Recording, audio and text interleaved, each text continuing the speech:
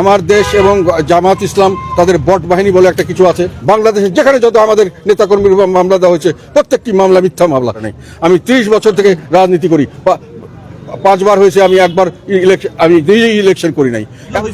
আমার দেশ এবং জামাত ইসলাম তাদের বট বাহিনী বলে একটা কিছু আছে, তারা সার্বক্ষণিকভাবে মিথ্যা অনাচার প্রচার করছে। আমি 25 বছর বিভিন্ন গুরুত্বপূর্ণ দায়িত্ব পালন করেছি সরকারের, হাজার হাজার কোটি টাকার আমার হাতের উপর দিয়ে গেছে। 90-এর পরে আমাকে নিয়ে যখন সরকার পরিবর্তন হলো, এরশাদ সাহেবের ভাই হিসেবে ব্যাপকভাবে আমার সঙ্গে ইনকোয়ারি করা হচ্ছে, পাবলিক নোটিশ দিয়ে ইনকোয়ারি করা হচ্ছে, আমার নামে একটা জিডি পর্যন্ত করতে পারে নাই। আমি 30 বছর থেকে রাজনীতি করি, 5 বার হয়েছে, আমি একবার আমি নিজেই ইলেকশন করি নাই।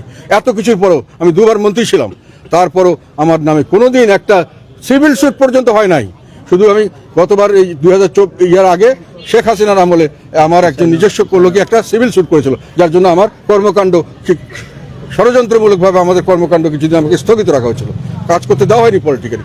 কিন্তু এই সরকার আসার পরে আমাকে কোথায় যে কত মামলা দিচ্ছে সেটা আমি নিজেও খোঁজ রাখি না। আর এই সমস্ত মিথ্যা মামলা কথা বলে আমাকে ধমকি দেওয়া হয়, আমাকে অ্যারেস্ট করতে বলা হয়। যারা মামলা যারা দিয়েছে তারাও জানেন, যারা বলছেন তারাও জানেন এগুলো সমস্ত মিথ্যা মামলা। এবং শুধু এটা নয়, বাংলাদেশে যেখানে যত আমাদের নেতাকর্মীর মামলা দেওয়া হয়েছে প্রত্যেকটি মামলা মিথ্যা মামলা, এটা সবাই জানেন ওনারা। তারপরেও আমাদেরকে মামলার ভয় দেখিয়ে আমাদেরকে রাজনীতি থেকে দূরে রাখতে চাচ্ছে। আমি